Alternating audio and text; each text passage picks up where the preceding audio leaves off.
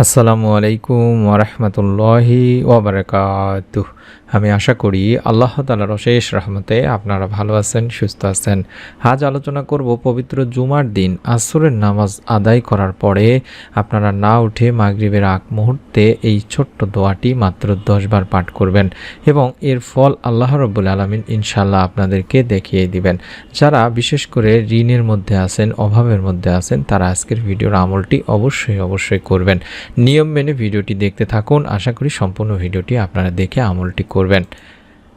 জাবের ইবনে আবদুল্লাহ রাদিয়াল্লাহু তাআলা আনহু থেকে বর্ণিত হাদিসে আল্লাহ রাসূল সাল্লাল্লাহু আলাইহি সাল্লাম বলেন, জুমার দিনের 12 ঘন্টার মধ্যে এমন একটি মুহূর্ত রয়েছে, যদি কোনো মুসলিম এই সময়ে আল্লাহ তাআলার কাছে কিছু প্রার্থনা করে তাহলে মহান ও সর্বশক্তিমান আল্লাহ তাকে তা দান করেন।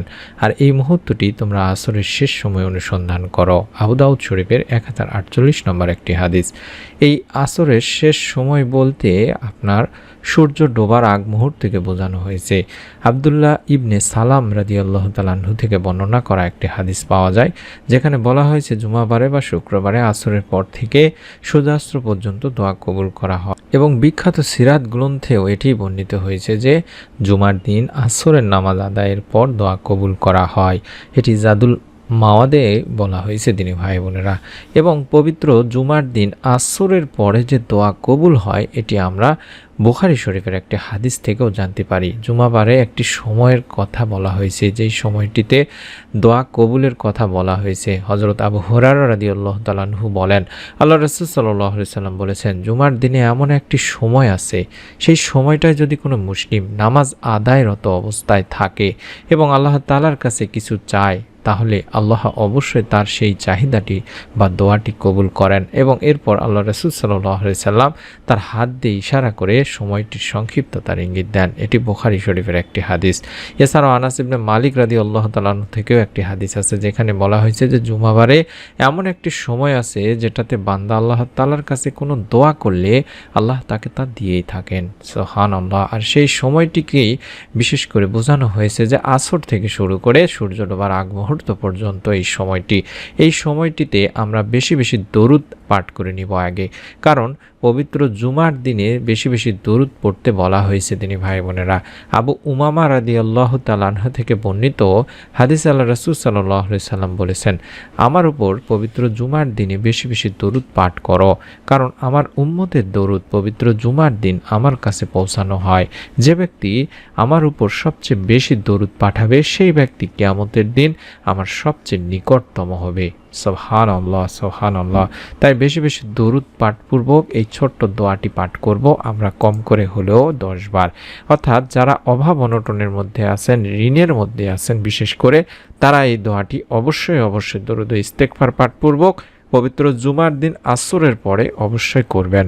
একদিন হযরত আলী রাদিয়াল্লাহু তাআলা আনহুর নিকট এক চুক্তিবদ্ধ দাস এসে বলল, আমি চুক্তির অর্থ আদায়ে অক্ষম, আপনি আমাকে সাহায্য করুন। তখন হযরত আলী রাদিয়াল্লাহু তাআলা আনহু বললেন, আমি কি তোমাকে এমন কিছু দোয়া বা বাক্য শিখিয়ে দেব যেগুলো নবী করিম সাল্লাল্লাহু আলাইহি ওয়াসাল্লাম আমাকে শিখিয়েছিলেন? এগুলো পাঠ করলে তোমার উপর যদি পাহাড় পরিমাণ ঋণও থাকে আল্লাহ তাআলা তা আদায়ের ব্যবস্থা করে দেবেন। এরপর তিনি এই দোয়াটি পড়তে বলেছিলেন, আর সেই দোয়াটি আমি স্ক্রিনের মধ্যে দেখাচ্ছি। আশা করি আপনারা এই দোয়াটি পড়বেন, দেখে দেখে হলেও অন্তত 10 বার। বেশি বেশি দরুদ ও ইস্তেগফার পাঠপূর্বক পবিত্র জুমার দিন আসর থেকে শুরু করে সূর্য ডোবার আগ মুহূর্ত পর্যন্ত এই সময়টিতে আল্লাহুম্মা কফিনি বিহালালিকা আন হারামিকা ওয়া আগনিনি বিফাদলিকা আম্মান সিওয়াক। আল্লাহুম্মা কফিনি বিহালালিকা আন হারামিকা ওয়া আগনিনি বিফাদলিকা আম্মান সিওয়াক। এভাবে অন্তত 10 বার পাঠ করবেন। এই দোয়াটির স্ক্রিনশট নিন, আশা করি আপনারা দেখে দেখে পড়বেন ইনশাআল্লাহ। এই দোয়াটিতে আমরা এটি বলছি যে, হে আল্লাহ, আমাকে এতটুকু পরিমাণে হালাল রিজিক দান করো যা আমার জন্য যথেষ্ট হবে এবং হারাম অর্থের কোনো প্রয়োজন হবে না। তুমি ব্যতীত আর সবার থেকে আমাকে অমুখাপেক্ষী করে দাও। সুবহানাল্লাহ। অত্যন্ত গুরুত্বপূর্ণ একটি দোয়া। এই দোয়ার মাধ্যমে আল্লাহ রাব্বুল আলামিন সেই বান্দার পাহাড় পরিমাণ পর্বত পরিমাণও যদি ঋণ থাকে, অভাব থাকে, আল্লাহ তাআলা কোনো না কোনো একটা মাধ্যমে তার ঋণ বা অভাব দূর করেই থাকেন। যারা অভাব অনটনের মধ্যে আছেন, ঋণের মধ্যে আছেন, পরিবার সংসারে রিজিকে বরকত নেই, তারা অবশ্যই আমলটি করবেন দিনী ভাই বোনেরা। যারা আমলটি করবেন একটি নিয়ত করে ফেলুন, যাতে করে আল্লাহ রাব্বুল আলামিন আপনার নিয়তের ওসিলায় আপনার পরিবার সংসার থেকে অভাব অনটন দূর করে দেন, ঋণ মুক্তির ব্যবস্থা করে দেন। ভিডিওটিতে একটি লাইক দেওয়ার মাধ্যমে এবং কমেন্ট করার মাধ্যমে নিয়ত করে ফেলুন। এরকম ছোট্ট আমলের ভিডিওগুলো আপনি আপনার মোবাইলেই দেখতে চাইলে, পেতে চাইলে অবশ্যই চ্যানেলটি সাবস্ক্রাইব করে বেল বাটনটি অন করে রেখে দিন। সকলে ভালো থাকুন, সুস্থ থাকুন। আসসালামু আলাইকুম ওয়া রাহমাতুল্লাহি ওয়া বারাকাতুহু।